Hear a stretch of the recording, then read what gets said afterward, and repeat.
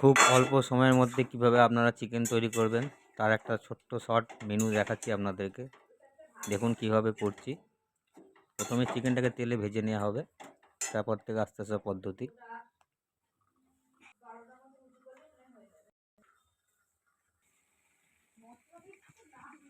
হালকা করে জিরে দেওয়া হচ্ছে, প্রথমে ভেজে নেওয়া হলো, তারপর হালকা করে জিরে দেওয়া হচ্ছে,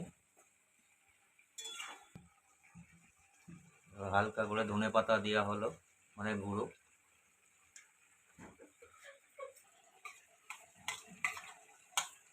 আদা রসুন পেস্ট মিক্স করা হলো,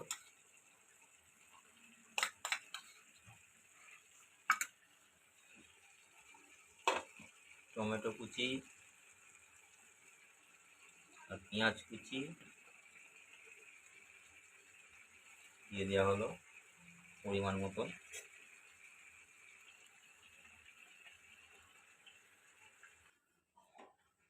স্টিমে বসিয়ে দেওয়া হলো এবং স্টিম হোক 10 মিনিটের মতন, তারপরে কথা বলছি।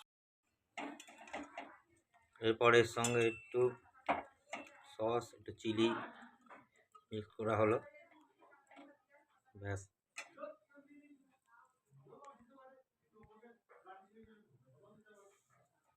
চিকেন তৈরি।